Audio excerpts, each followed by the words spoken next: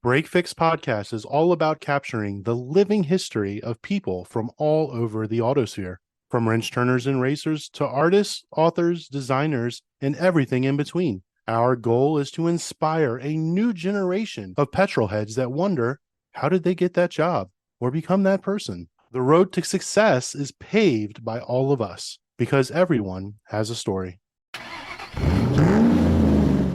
Hey everybody, Crew Chief Eric here, and I'm reporting live from Road Atlanta with Nico de Maria from Motul Motorsports and Motul Racing Oils, a brand you may have heard of before. And on this special mini-sode, we're going to be talking about their new oil analysis process that they have. They're actually doing it here on site at the racetrack, checking some of the oils from the different race teams, etc. And Nico's going to walk us through the process, what they're looking for, what they're doing, and what the expected results are going to be. So Nico, welcome to the show.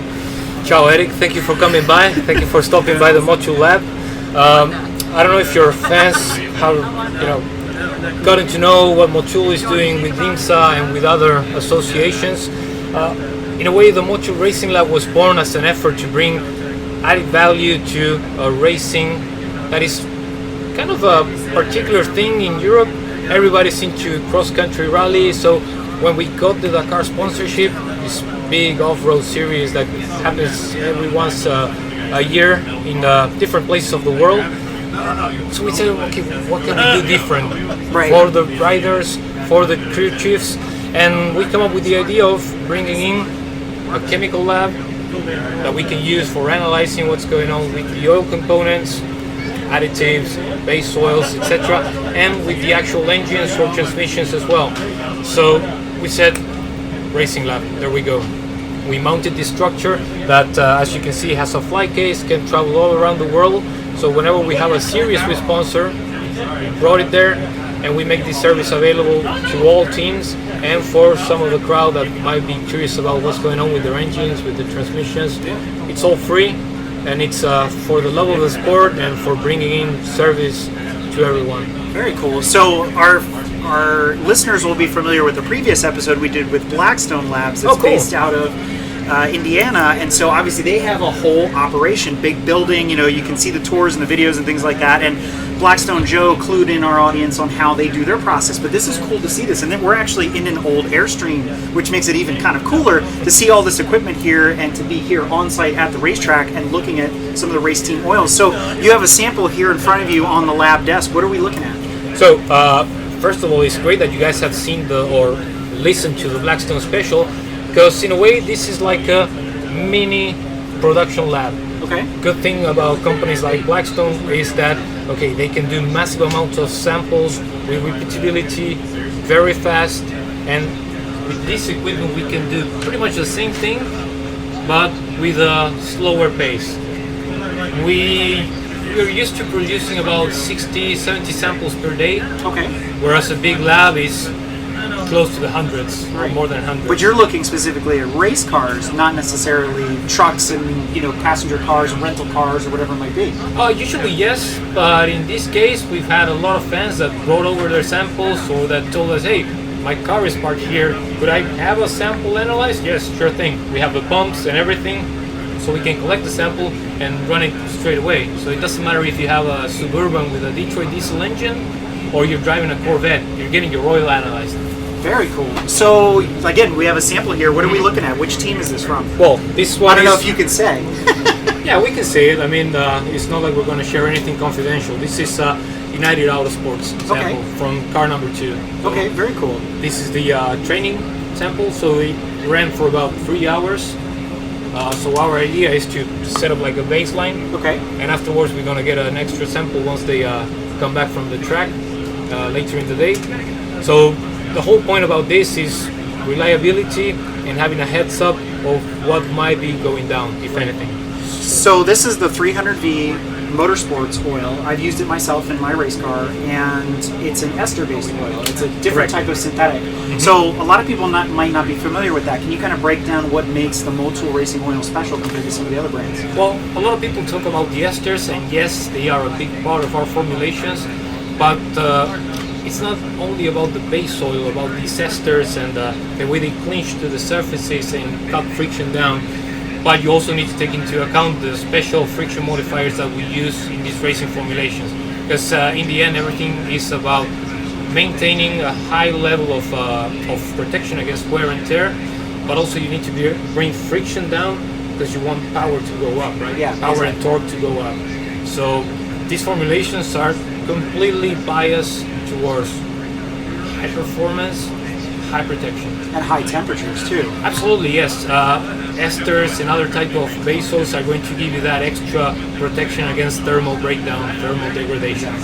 So I run a turbocharged car, and it's one of the reasons I switched to 300V is because I noticed compared to other oils, and I won't name names, I saw a difference of about 30 degrees Fahrenheit running 300V in a turbocharged car. So that sold me. I mean, whatever magical things that it's made out of that are ground up in the formula, I'm fine with it, because on track, what do I get? Immediate feedback is from a gauge, right? My oil pressures are in check, temperatures are in check, and especially with a high horsepower turbo car, if I see low oil temperatures, that's a good thing. For sure, for sure.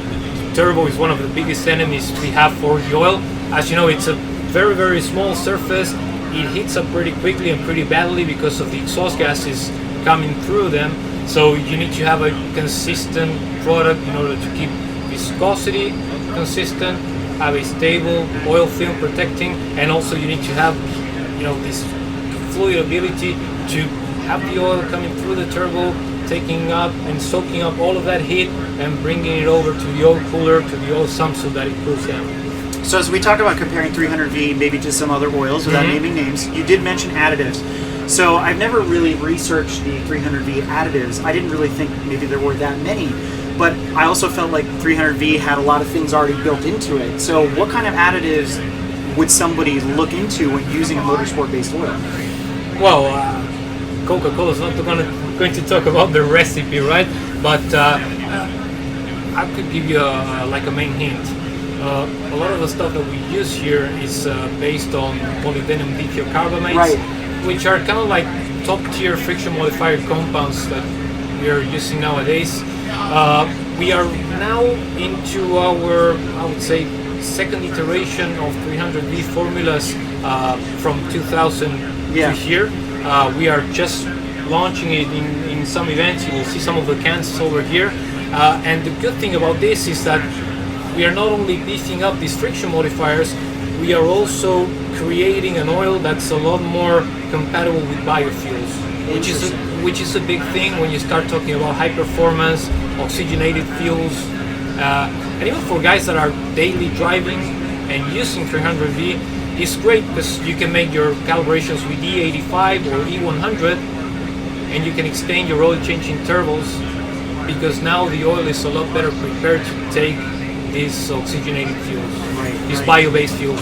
So are there additives that you would buy off the shelf and pour in, or are they more they're built into the oils as you purchase them? Yeah, that's the comparison I was trying to make. Is there's a lot of other companies that they want to sell you an additional bottle that goes along with their specially formulated oil. Yes, and so there are very few. Sorry for the interruption. There are very few that you could say, okay, this is production grade serious additives. A lot of the folks around are making money with maybe CDP. It's the most popular, it's cheap, universal, easy to find, but it's just a very, very small piece of the pie. Protection is not about CDP. You need a whole lot of other additives in order to have an efficient oil that can also give you good anti-wear protection. Awesome. So getting back to our sample here, you got a series of stations throughout the Airstream here. So what's the first thing you're going to do with this sample? Kind of walk us through what you're going to be testing. Yeah, it's not in a perfect order, but I would say that in terms of importance, the most important part of the gear is Spectral 120. Okay. So it's an optical spectrometer. What it does is basically you burn the oil sample with plasma. Okay. And that light emission is seen by a lens over there, and that information is translated into what? Contamination elements that you would have coming in from the additives. So you will say, okay, my performance additives are good, or something is depleting faster than it should. Okay, and that will take about 45 seconds to burn the sample and give you the results. So that's how you figure out what components are actually breaking in down in the motor too. It's kind of like if you've ever sat around a campfire and bought one of those packs from wherever for funky flames. There's certain metal shavings in there. Obviously, copper's going to burn green, magnesium burns white. I forget all my chemistry lessons, but you're looking for those refractions in the color to say these are the things that are now deposited in the oil.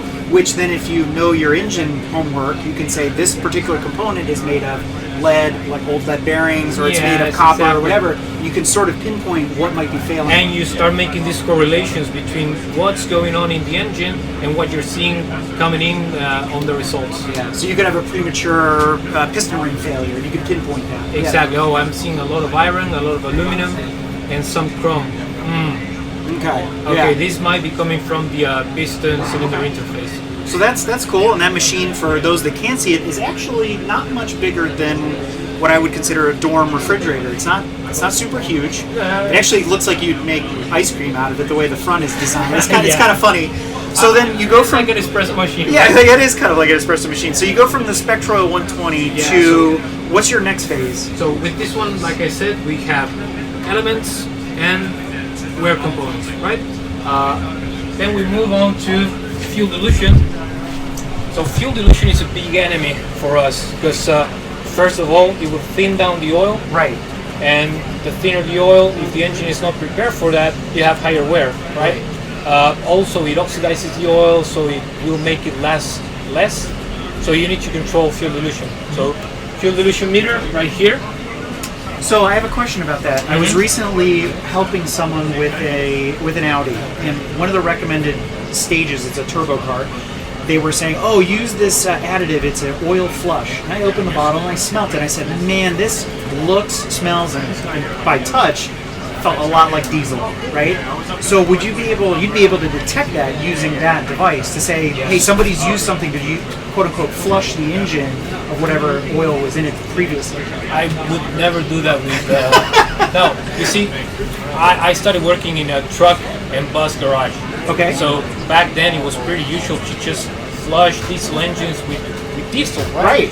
But that is extremely harmful and dangerous. So good flushing products will always be oil.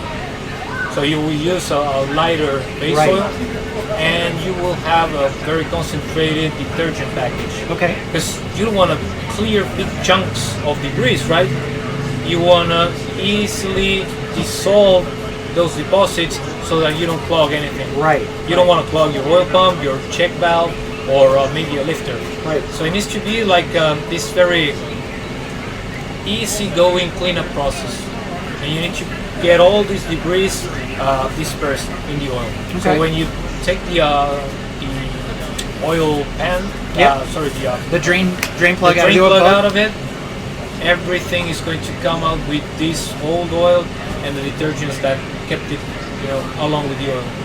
Well, very cool. So that's all detected on that. So what comes next? So, fuel dilution, you can run diesel, you can run gasoline, you can even run jet.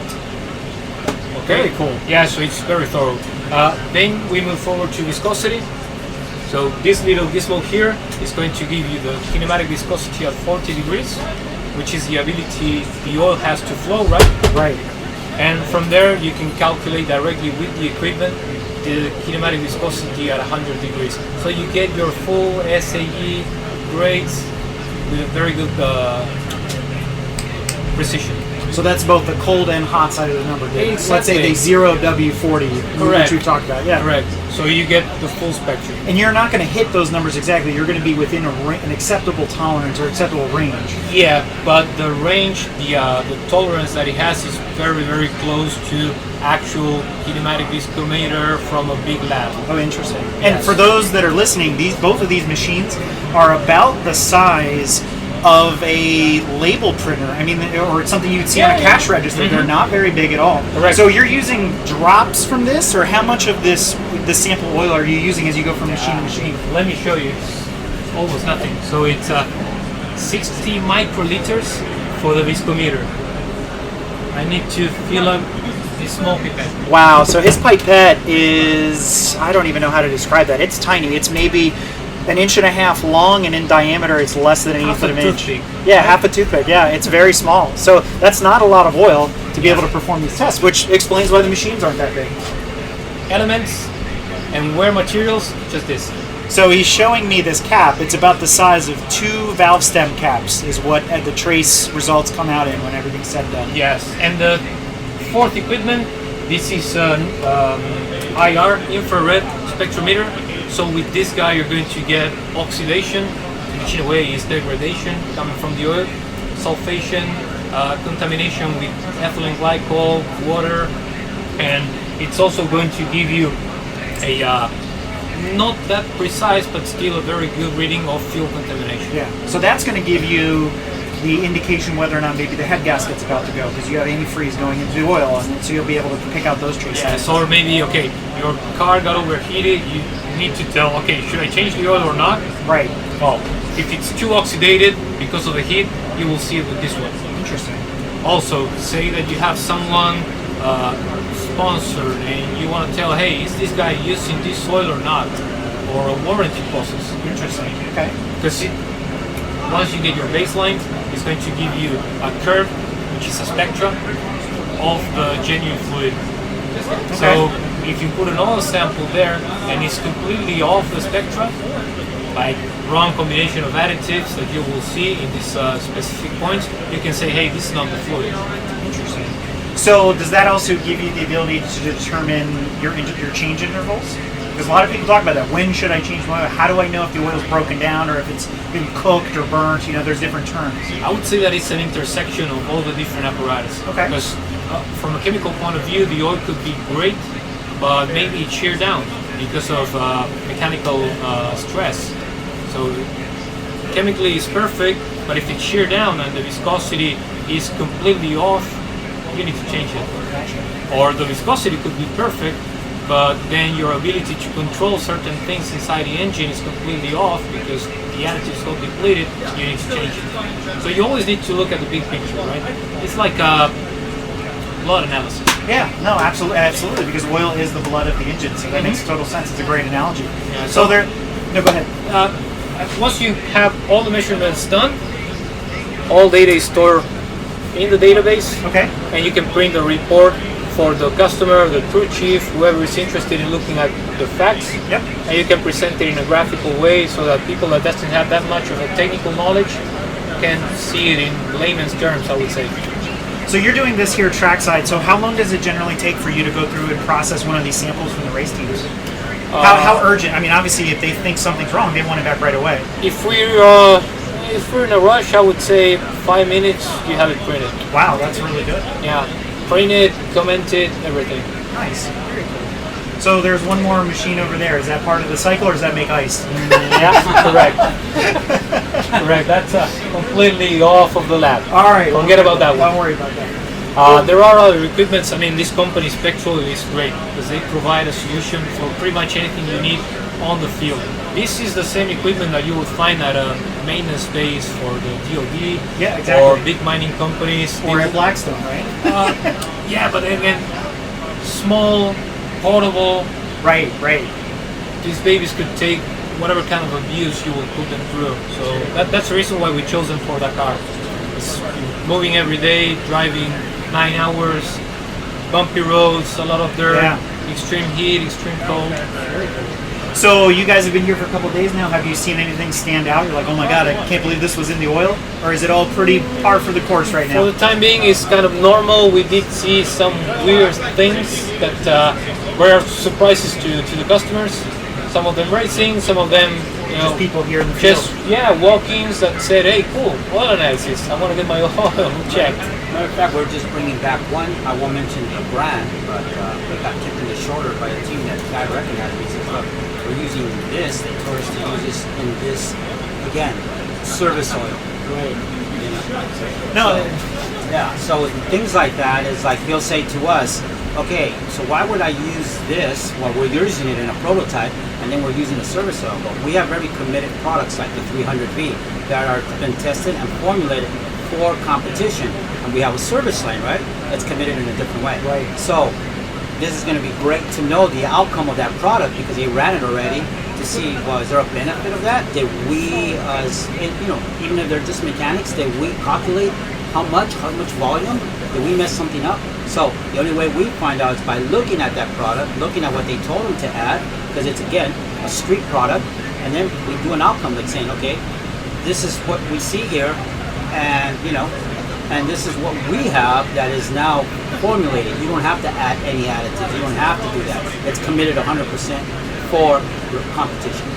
So for those of you that are trying to figure out where this third voice came from, that is Joey Cabrera, National Technical Manager for Motul, who stepped in and wanted to add some color there. So thank you for that. I mean, that's a lot of great insight, and congratulations on all that. Sometimes these kind of results might even give you a hint on, hey, I have to adjust my calibration because I'm running very rich. Right. And I'm destroying the oil here. Right, exactly. And it happens a lot when you're, well, one stretch of the race is at sea level, and then 2 stages later, you're racing at 3,000 meters or above. Right. Especially in World Rally Championship. Exactly, right? exactly. So all of a sudden you sense. need to make a calibration adjustment because your 10W50, for example, is dropping down to 10W20 level.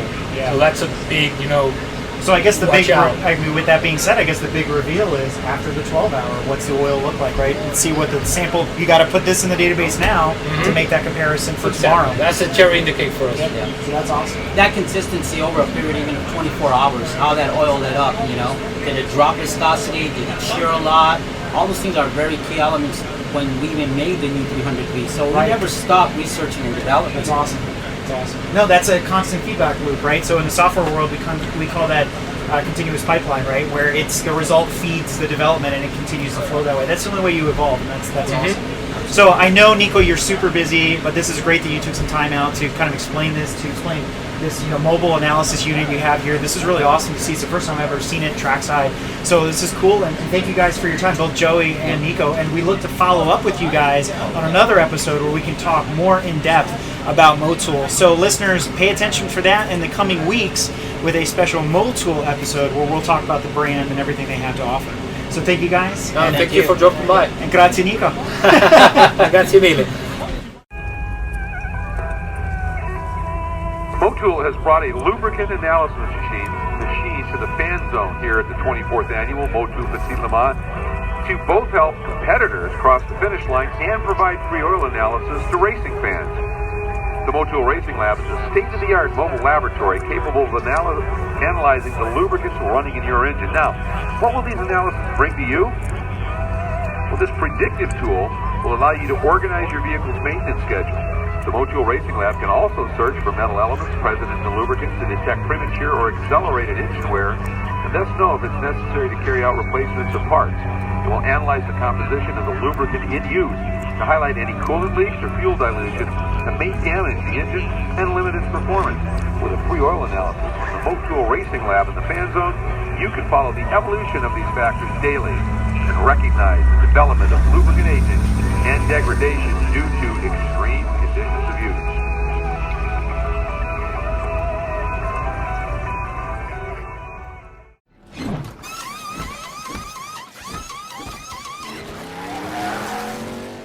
If you like what you've heard and want to learn more about GTM, be sure to check us out on www.gtmotorsports.org. You can also find us on Instagram at Grand Touring Motorsports. Also, if you want to get involved or have suggestions for future shows, you can call or text us at 202-630-1770 or send us an email at crewchief@gtmotorsports.org. We'd love to hear from you. Hey everybody, Crew Chief Eric here. We really hope you enjoyed this episode of Break Fix, and we wanted to remind you that GTM remains a no annual fees organization, and our goal is to continue to bring you quality episodes like this one at no charge. As a loyal listener, please consider subscribing to our Patreon for bonus and behind-the-scenes content, extra goodies, and GTM swag. For as little as $2.50 a month, you can keep our developers, writers, editors, casters, and other volunteers fed on their strict diet of Fig Newtons, gummy bears, and Monster. Consider signing up for Patreon today at www.patreon.com/GT Motorsports. And remember, without fans, supporters, and members like you, none of this would be possible.